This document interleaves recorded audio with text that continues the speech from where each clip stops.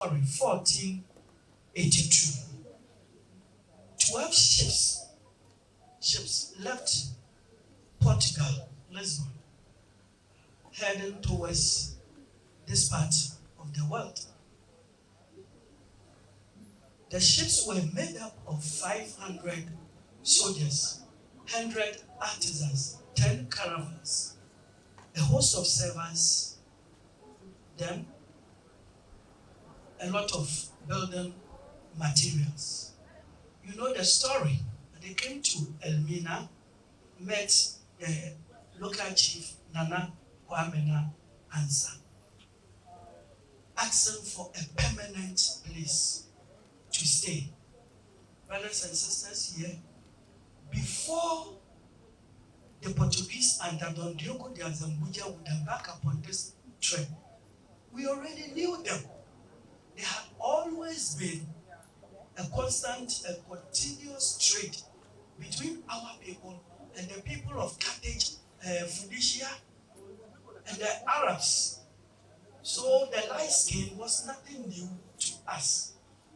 And what was happening in those days was what we refer to today as the silent trade. They would be on the high seas, come down to the coast or the beaches in canoes, settle goods, light fires to let our people know that your partners had arrived. Then they would retreat. And now people would also place equal lots of goods along it. Then they would also retreat, and these people would come for the goods. So it was based on equality.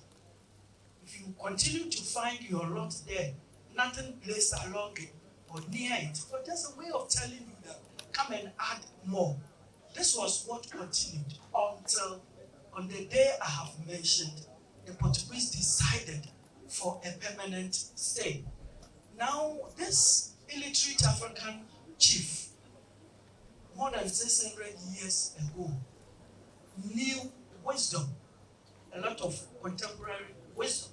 He told Azambuja that the relationship between my people and your people is just like the relationship between the sea and the land.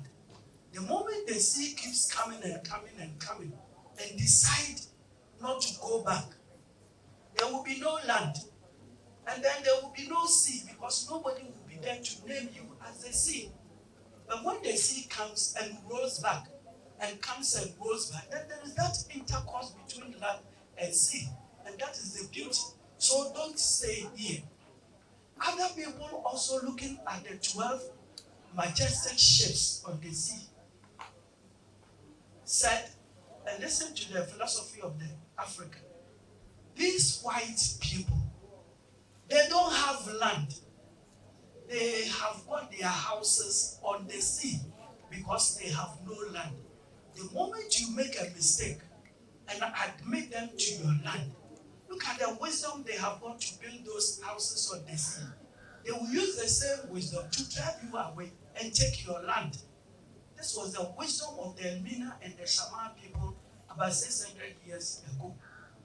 But I started by saying that they came with 500 soldiers. We didn't know guns, they knew guns. So their intention was to stay here at all costs, whether we liked it or not. So they persisted. And that was why Elmina Castle was built. Let me also say one thing to you. Elmina Castle is the first European edifice in the southern hemisphere of the world. And the contract between Azambuja and Nana Kwame Ansah, the chief of Elmina, was the first documented contract between an African power and an European power. Why was it documented? Because we only knew oral contract. They wanted the African to be equally culpable as themselves in the obnoxious activities they were going to commit. Because in 1482, when the foundations of St. George at Elmina was being laid, please, it included a dungeon for the keeping of slaves. And so when Nana Kwame Ansah looked at Azambuja and his soldiers and told them that, look at the way you are dressed, so gorgeously dressed, and we are almost naked. So when we receive you here, there will be no respect for our people. Keep going and coming. Don't come and stay here. What Nana Kwame Nkrumah did not know was that, I mean, you can tell Kwame Nkrumah made a mistake of thinking that standing in the hot sun and our people wearing only a small thing to cover the private part, but big gold along the waist and the neck. As Abuja was looking at the gold. So when you thought you were naked, you were extremely fabulously rich. That was what they were aiming at. And you were richer and better than them. So between 1487 and the start of the 16th century, about 260,000 ounces of gold was being transported annually to Europe, making the Gold Coast 60% supplier of all the gold business in the world. Then, accidentally, Christopher Columbus would discover the Americas. At the time of the Elmina trade, he was a young man following Azambuja. And it turned out that the European would have to this time introduce agricultural plantation. And so they had to turn to Africa. To cut a very long story short, this brought about a trade my younger brother standing here, referred to as the triangular trade. It was Europeans, and it is Europeans who call it the triangular trade. And I will explain. They call it the triangular trade because they create the erroneous impression that they, the Europeans, would bring factory-made goods to Africa, and then Africans would sell to them slaves, having bought the goods from them, and then the goods sent to America. Then the Americans would also make use of the slaves on the plantations and sell the goods to the Europeans to be transported to Europe. This, I'm saying, is wrong. It was European slave traders who brought goods, very cheap goods to Africa. Top of it was guns and chains to corrupt our people. All manner and materials of violence were foisted on the African. It was not a trade. Please, if it was a trade, today as we see Europe heavily developed, well industrialized, correspondingly, Africa would have developed as a result of the business. But please, it was kidnapping of the African, the hapless African. It was banditry. And that was why they were placed in shackles. If it was a trade, there would have been some form of peace in it. There wouldn't have been shackles. That was it. Again, let me explain the transatlantic trade. They don't want to be blamed and say they said that it was transatlantic. It was not transatlantic. It was a European trader, slave trader, who came to Africa, took the slaves violently, and then sent them to his own plantations in America, sent the raw materials produced to Europe to be turned into manufactured goods within a very short period of time. Because of African slaves working free of charge for the Europeans and a lot of goods in Europe began to develop capital. So the first effect of slavery, the enslavement of the African, was the development of capital in Europe. And then development of capital led to industrialization in Europe. When industrialization came about, there was no need for the use of human beings. As a result, slave trade ended. So do not think that it was the work of Christian missionaries that ended slavery or human rights activities. No, they discovered that now we have become highly industrialized, so we don't need human hands. And if we need human hands at all, very refined people who have to be employed, interviewed, and then work for us. And the sad thing was that 350 years of slavery. They call it slave trade. Let me tell you, it was not a slave trade. If you say slave trade, you make us equally culpable. It was the enslavement of the African people. If you call it slave trade, you are taking the name African from it. It was, yes, you make it look like white people were enslaved, Arabs were enslaved. No, it wasn't like that. It was only Africans. So it was enslaved Africans, or the capture of Africans. And the name of the trade was European slave trade or slavery. And don't use the word trade. It was not an equal partners. Then, coming to the end, what is the effect, or what was the effect of the slave trade? The first thing you should know was that it has been documented about 12 million Africans landed in the Americas. 12 million landed in America within a period of 350 years. Please, this 12 million, understand that an equal number died during the capturing of the slaves. Another 12 million people died from the long journeys in the interior, sometimes 300 miles, sometimes about 800 miles. Imagine from Sokoto to Lagos, Salaga to Takoradi Port or Cape Coast, or Elmina, 300 miles, 800 miles, sometimes 1,000 miles.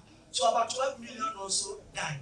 And then in the dungeons, Elmina Castle was built for 1/5 of 1,000 people. That is 200 inmates should have been in the dungeons, and they were keeping 1,000 people at a time.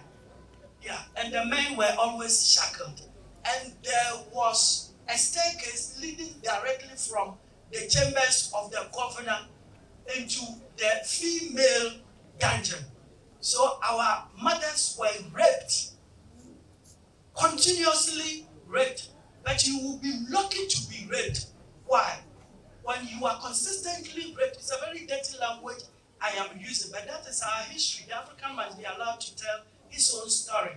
If you are lucky to get pregnant within the 3 months period before the slave ship arrived, then they would allow you to give birth. And then your child, that mulatto child, will be given castle education. And they will be the clerks to the white people.